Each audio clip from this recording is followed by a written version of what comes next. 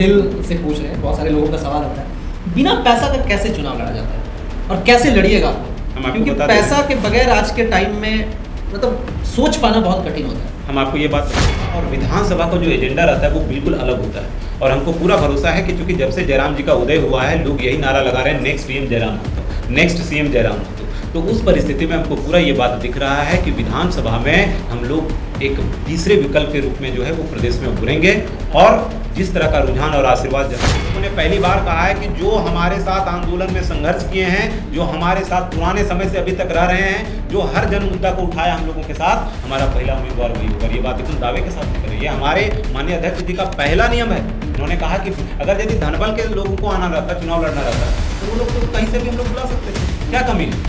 आप एक बार अगर यदि हम ऑफर करते तो सारे लोग जो है वो अटैची लेकर के बैठे हुए। लेकिन हम लोग ऐसे परिवार से नेता को चुन करके बनाना चाहते हैं जो आर्थिक रूप से कमजोर तो है लेकिन मानसिक रूप से उसमें दिवालियापन नहीं है।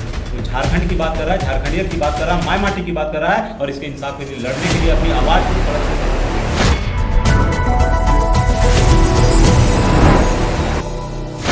जोहार, आप देख रहे हैं सफर सच और आज हमारे स्टूडियो में मौजूद हैं राजदेश रतन, जो JBKSS के केंद्रीय सचिव हैं और धनवार विधानसभा के नेता हैं। लगातार आपको धनवार में अलग अलग जगह, वो चाहे CO ऑफिस हो, चाहे ग्रामीणों के पास हो, आप लोग देखते होंगे राजदेश रतन सर को अलग अलग प्लेटफॉर्म में, अलग अलग जगह पे अलग अलग लोगों से मिलते जुलते बातचीत करते हैं और लगातार बातचीत करते हैं और जन समस्याओं को उठाते हैं। सबसे पहले आज इस ब्रॉडकास्ट में आपका स्वागत है। बहुत बहुत धन्यवाद आपका और सफर सच देखने वाले सभी लोगों को, तमाम झारखंडी को मेरा झारखंडी जोहार। बहुत जोहार है आपको सर। लगातार चुनाव का ये जो दौर है वो बढ़ते ही जा रहा है। एक तरफ लोकसभा चुनाव यूं ही समाप्त हुआ था और विधानसभा शुरुआत हो चुका है। आप लोग लगातार अलग अलग क्षेत्र में, आपकी पार्टी की ओर से तमाम लोग अलग अलग जगह जो है सो पार्टी विस्तार को लेकर के हैं। आप लगातार धनवार से हैं, कैसे देखते हैं इस बार का विधानसभा चुनाव पूरे प्रदेश में जिस तरह से इस बार रुख ले रही है, कैसा लगता है इस बार का माहौल?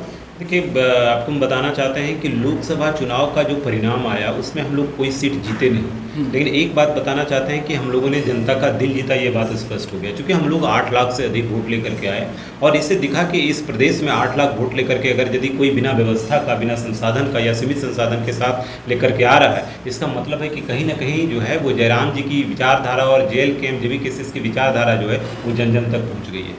क्योंकि लोकसभा और विधानसभा का जो एजेंडा रहता है वो बिल्कुल अलग होता है और हमको पूरा भरोसा है कि चूंकि जब से जयराम जी का उदय हुआ है लोग यही नारा लगा रहे हैं, next CM Jairam Mahato, next CM Jairam Mahato. तो उस परिस्थिति में हमको पूरा ये बात दिख रहा है कि विधानसभा में हम लोग एक तीसरे विकल्प के रूप में जो है वो प्रदेश में उभरेंगे और जिस तरह का रुझान और आशीर्वाद जनता के बीच में, चाहे आप धनवार की बात कर लीजिए या पूरे प्रदेश में बात कर लीजिए, हमारा अगर यदि आज सभा आप देखिए, बुंडू में कल मेरे यहाँ सभा हुआ, वहाँ उसके बाद रांची में आज सभा हुआ, तो जिस तरह से जनसैलाब उमड़ रहा है, इससे ये स्पष्ट है कि विधानसभा का परिणाम बहुत सकारात्मक होगा और JLKM JBKSS जो है एक बड़ा सा प्लेटफॉर्म के साथ एक तीसरे एंगल के रूप में प्रदेश में आएगा। सकारात्मक तो सबको, आपके विपक्ष के, आपके तमाम लोग लोकसभा चुनाव को लेकर के भी कह रहे थे।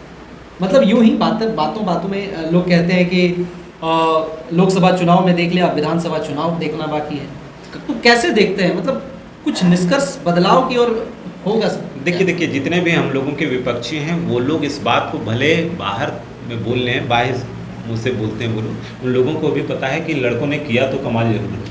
क्योंकि अगर यदि आप बिना संसाधन का 3.5 लाख वोट लेकर के आते हैं गिरिडीह जैसा जगह में, ना हम लोगों के पास बूथ खर्च था, ना हम लोगों के पास बूथ लिस्ट था, और आप देख लीजिए कि रांची की बात कर लीजिए, हजारीबाग की बात कर लीजिए, आप धनबाद की बात कर लीजिए, कोई ऐसा जगह नहीं रहा जहां पर हम लोग लड़े और हम लोगों ने अच्छा परफॉर्म नहीं किया। और ये परफॉर्मेंस वोट से होता है, बोलने से नहीं होता है। तो कहीं ना कहीं हमको निश्चित रूप से इस बात का पूरा अंदेशा है कि वो लोग भले हम लोगों के ऊपर इन चीज़ों को बोल रहे हैं, लेकिन उन लोगों को पता है कि तीसरा विकल्प जो है वो झारखंड में बन गया है और इस बार विधानसभा में हम लोगों का परफॉर्मेंस जो है वो धमाकेदार होगा। अच्छा, तीसरा विकल्प आपने कहा, तो तीसरे नंबर पर आप लोग रहे भी हैं लोकसभा चुनाव में, तो मतलब क्या लगता है विधानसभा चुनाव में कहीं फिर तीसरे नंबर पे सबको तो नहीं रह जाएंगे? नहीं नहीं नहीं, विधानसभा नंबर हम लोग तीसरे विकल्प के तौर पर इसलिए हम लोग बोल रहे हैं क्योंकि हमारे दो सीनियर पार्टी जो हैं एक साथ लड़ रहे हैं। जैसे आप अगर यदि इंडिया गठबंधन की बात कर लीजिए, आप एनडीए गठबंधन की बात कर लीजिए, 2 लोग हुए और तीसरा हम लोग अपना एंट्री किए हैं। तो चूंकि हम लोग आजकल एंट्री किए हैं तो इसलिए हम लोग तीसरे विकल्प के रूप में अपने आप को रख रहे हैं। लेकिन नंबर्स के मामले में बात करिएगा तो हम लोग तो एक ही नंबर में रख रहे हैं, क्योंकि हम लोग ये मानते हैं कि इस प्रदेश का तभी कायाकल्प हो सकता है, पुनर्निर्माण हो सकता है, जब जयराम जी जैसा व्यक्ति जो है वो मुख्यमंत्री बने और उनका विजन जो है जन जन तक पहुंचे। अच्छा, आप लोग बोल रहे थे हम लोग बिना पैसा का चुनाव लड़ेंगे, और बाकायदा जहाँ तक देखा जाए समझा जाए आप लोगों ने लड़ा भी। क्या लगता है पैसा फैक्टर है क्या जीत को लेकर के? क्योंकि देख सकते हैं आप लोग कह रहे थे कि हम लोग बिना पैसा का लड़े, शायद यही वजह हो सकती है चुनाव हारने की। नहीं, दूसरी बात देख लें, अगर यदि जो लोग धनबल से मजबूत हैं, बात कर लें एनडीए की तो उन्होंने जितनी सीटें लाई, बात कर लें इंडिया गठबंधन की, जेएमएम की, तो उन्होंने जिस तरह से मतलब पैसा को लेकर के बोला जाता है, ये फैक्टर है क्या? अगर है तो फिर जेबी केसेस का क्या होने वाला है? नहीं, निश्चित रूप से आपको हम बताना चाहते हैं कि हम लोग पॉलिटिकल रिफॉर्म की बात कर रहे हैं। हम लोग इस बात का रिफॉर्म कर रहे हैं कि भाई राजनीति में पैसे का जगह नहीं होना चाहिए। इसका ये फायदा हो कि समाज के अंतिम पायदान पर जो लोग आर्थिक रूप से कमजोर परिवार से भी हैं और उसमें नेतृत्व करने की क्षमता है, तो वो प्रदेश का मुख्यमंत्री तक बन सकता है। इसलिए ये हम लोग पॉलिटिकल रिफॉर्मेशन की जो बात करें उसमें पैसे की कोई जगह नहीं। दूसरी बात है कि आपने कहा कि लोकसभा में लोग जीते, हम लोगों ने, देखिए एक बात समझिए, जीत में हम लोगों के पास संसाधन की बात कर रहे हैं। संसाधन होना चाहिए। संसाधन का मतलब होता है कि जैसे पंपलेट लिफलेट लोगों तक पहुंचे, लोग ये समझ पाए कि ये राजदेश रत्न है, इसका ये छाप है, इस पर हम लोगों को वोट देना है। तो अगर यदि इस तरह का चीज, ये जयराम जी है, इनका ये छाप है, इसको इस पर वोट देना है, तो इतना मिनिमम संसाधन आपके पास चाहिए होगा। और दूसरा बात है कि निश्चित रूप से इस बात को हम लोग मानते हैं कि लोकसभा में जो एजेंडा था वो केंद्र के एजेंडा पर चुनाव लड़ा गया था, और जब हम लोग आंदोलन कर रहे थे तो आंदोलन में हम लोगों का पूरी तरह से प्रदेश से आधारित जितने भी एजेंडा हैं उस पर काम किया गया। इन परिस्थितियों में हम लोग मानते हैं कि हार का कारण जो है वो सिर्फ ये रहा कि केंद्र का अलग मुद्दा होता है और यहाँ का अलग मुद्दा। दूसरा, संसाधन लिमिट होने के चलते कहीं ना कहीं थोड़ा सा हम लोग मार खाएं, इस बात से इनकार नहीं किया जा सकता है। अच्छा, ये विधानसभा चुनाव में लगता है राजदेश सर कि आप लोगों के पास गिने चुने चेहरे हैं, और आप लोग बात करते हैं 55 सीटों की, बात करते हैं 50 से 55 सीटों में फाइट करने की, और आपके स्टेज में जो भी देखा जाता है सारे के सारे नेता ही हैं। कैसे आप उनको मतलब क्लैरिफाई करेंगे, उसको वेरीफाई करेंगे और उस सीट से उसको कैपेबल समझते हैं लड़ने के लिए? देखिए, और बहुत सारे विपक्ष के लोग कहते हैं, आपकी बात को मैं समझ गया। बहुत सारे विपक्ष के लोग कहते हैं कि इनके पास सिर्फ और सिर्फ गिने चुने चेहरे हैं, जो 2-4 जो दिख रहे हैं, जयराम हो गया, देवेंद्र हो गया, मोतीलाल हो गया, राजदेश रतन हो गया, जनरल से अगर बात कहा जाए तो, और बाकी तो सारे जो हैं ऐसे हैं। तो कैसे मतलब आप लोग क्या करने वाले हैं इसको लेकर के? नहीं, देखिए एक बात समझिए, हम आपको एक बात बताना चाहते हैं कि हम लोग 2 लाइन्स लीडरशिप का तैयार कर रहे थे। एक स्ट्रेटेजी है पार्टी की, जो फर्स्ट लाइन लीडरशिप था, हम लोग लोकसभा में उन लोगों को, सारे लोगों को चुनाव लड़ाए, और एक सेकेंड लाइन लीडरशिप भी तैयार है। होता क्या है कि लोग कहते हैं कि हाँ लिमिटेड चेहरा है। एक बात समझिए कि अगर यदि मेरा घर राजधनवार है और अगर यदि कोई बुंडू में चेहरा डेवलप हुआ है तो आप इसको जान नहीं सकते हैं। अगर यदि आपको रियलिटी उसकी जाननी है तो आपको जानना पड़ेगा बुंडू, वहाँ के लोकल लोगों के बीच में जो है इसकी ज़रूरत होती है। देखिए, लोकप्रियता ही सिर्फ जीतने का कारण होता है, ये हम नहीं मानते। हमको लगता है कि जो जन सरोकार की बात करता है, जो जन जन तक अपनी बात को पहुँचाता है, जो जन सेवा करता है,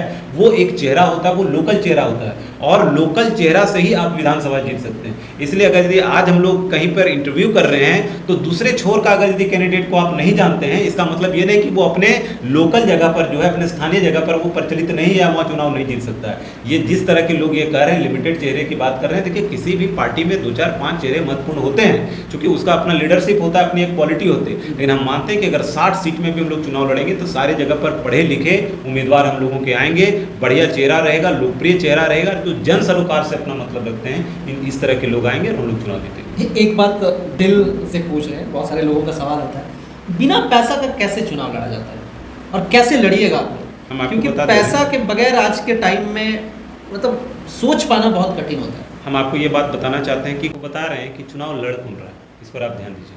चुनाव लड़ रही है जनता, और जब जनता मालिक होता है किसी चीज़ का, जनता जब किसी बड़े बदलाव की ओर अपने आप को सोच लेती है कि इस बार बदलाव करने जा रहे हैं हम लोग, तो वहाँ पर पैसा मायने नहीं रखता। अगर नेता चुनाव लड़ता तो पैसे की जरूरत है। जैसे आप एनडीए की बात कर लीजिए, आप इंडिया की बात कर लीजिए, ये लोग नेता हैं और ये लोग नेता चुनाव लड़ रहा है, लेकिन जेबी केसेस अपने बिहाफ में पब्लिक चुनाव लड़ रही है। शायद यही वजह है कि आप लोग यही वजह है, हार भी जाते हैं। नहीं हार भी जाते नहीं, हार जीत से मायने नहीं रख रहा चीजों का। आप मेरी बात समझिए, जब आप सिद्धांत के साथ सड़क से सदन तक का जो है वो आवाज उठाते हैं, तो इसमें सिद्धांत में हार और जीत मायने नहीं रखता। जीत तो हर कदम पर है। जब आप अन्याय के खिलाफ आवाज उठाते हैं, शोषितों के लिए, वंचितों के लिए, अन्याय के खिलाफ सुरेश महतो जी भी आवाज उठाए थे, अन्याय के खिलाफ चमरा लिंडा जी भी आवाज उठाए थे। आज वो अपना पेट भर रहे हैं, कैसे आप लोग करेंगे फिर? इसका मतलब आपको लगता है कि इस दुनिया में विश्वास को समाप्त कर देना चाहिए? देखिए, एक विचारधारा आई है और लोगों को इस बात पर पूरा भरोसा है। आप कभी भी, एक देहात में कहावत है कि गन्ना में जो है वो आप कभी भी चीनी डाल करके या गुड़ डाल करके उसको नहीं लगाते हैं। जनता को इस बात पर विश्वास करना पड़ेगा, क्योंकि इसमें युवा हैं, पढ़े लिखे लोग हैं, और हमको पूरा भरोसा है लोग के पास जमीर है, और वो सारे लोगों का जो मुख्य मकसद है वो जनता का सेवा करना है, और वो दिखेगा आने वाले। सर, जनता का सेवा करते करते लोग 24 साल बीत गए झारखंड में, और झारखंड अलग नहीं हुआ था, शायद आप लोगों को पता होगा। आप लोग राजनीतिक क्षेत्र से हैं। सुदेश महतो साइकिल से बिहार विधानसभा तक मतलब जाते हैं, और ये लोगों से मतलब जैसे जयराम का अभी क्रेज है, वैसा एक समय था सुदेश महतो का, चमरा लिंडा जी का, और शायद आज वो अपनी दुनिया में मस्त हैं। और शायद यही लोगों का जो है सो एक होता है कि वो अपने आप में वो सोच नहीं अंदर डेवलप कर पाते हैं कि शायद ये बेस्ट नेता है हमारे लिए, या बेस्ट कुछ कर सकता है झारखंड के लिए। कैसे आप लोग विश्वास दिलाएंगे? एक बात आपको बता दे रहे हैं, जनता के आपके चैनल के माध्यम से जनता को डंके की चोट पर ये बात बता दे रहे हैं कि 24 साल ऐसा रह गया, लेकिन अब हम लोगों की अगर सत्ता में भागीदारी होती है तो 26 साल से 27वां साल नहीं जाएगा जब पूरे झारखंड में जो है जिस चीज़ की लड़ाई आज तक 24 साल बहुत बड़ी बात बोल रहे हैं, एकदम बोल रहे हैं। आपके चैनल के माध्यम से इस बात को हम स्पष्ट रूप से रखना चाहते हैं कि जिन मुद्दा पर हम लोगों ने चुनाव लड़ा है, हम लोगों ने इस बात को मान के रखा है कि 2 साल के अंदर इन सारी समस्याओं का समापन कर देना है, क्योंकि यही जड़ है झारखंड का, जिसको हम बार बार दोहरा रहे हैं कि झारखंडी कौन है, इस बात को आपको डिफाइन करना है। यहाँ का नियोजन कैसे होगा, इस बात को आपको लेकर के आना है। तो ना स्थानीयता यहाँ के लिए है, ना नियोजन है। ये 2 मुख्य समस्याओं का अगर यदि समाधान हो जाए तो ज्यादातर तो संभावना इसी से। कैसे करिएगा सर? आप लोगों के ऊपर आरोप लग रहा है, आप लोग 15 लाख 20 लाख बोला जाता है कि विपक्ष के नेताओं से लड़ रहे हैं, डमी कैंडिडेट्स देते हैं, अपने ही पार्टी अपने ही पैर में कुल्हाड़ी मार रहे हैं। आप लोग के ऊपर आरोप लगा है, बकायदा रिकॉर्डिंग वायरल हुआ है। देखिए आपको एक बात बता दे रहे हैं कि पार्टी में अलग अलग लोग होते हैं, और वो कभी किसी पार्टी के साथ जो है उसके नज़दीक चले आते हैं, वो अपना निजी माने लाभ के लिए इस तरह की बातों को करें, उसको लेकर के हम लोग नहीं चलते। ये बड़ी पार्टी होती है, लाखों लोग हम लोगों के साथ जुड़े हुए हैं। लेकिन आपको एक बात हम स्पष्ट बता दे रहे हैं कि हम लोग ना डमी कैंडिडेट को विधानसभा में उतारेंगे, और आशा और उम्मीद भी करते हैं सर कि आप लोग जिस तरह से अभी प्रखरता से आप लोग अपनी आवाज़ को रख रहे हैं बाकायदा अलग अलग न्यूज़ मीडिया हाउसेस में, आशा और उम्मीद भी करते हैं कि आप लोग चुनाव जीते तो झारखंड के लिए काम करें। चूँकि 24 वर्षों का जो अंतराल है, जो कार्यकाल है लोगों का, अलग अलग सरकारें आई, अलग अलग लोग विधायक चुने, मंत्री बने, शायद झारखंड को लूटने का काम हुआ है, जिसकी वजह से आज आप लोग फिर से पनपे हैं। ये वर्ड मैं इस्तेमाल कर रहा हूँ क्योंकि जिस तरह से टाइगर जयराम महतो के नेतृत्व में आप तमाम लोग जिस तरह से अलग अलग जगह पे आप लोगों का जन सैलाब उमड़ रहा है, नो डाउट कि ये जो हवा है, ये जो आबो हवा है, ये जो बयार है वो बदलाव का है।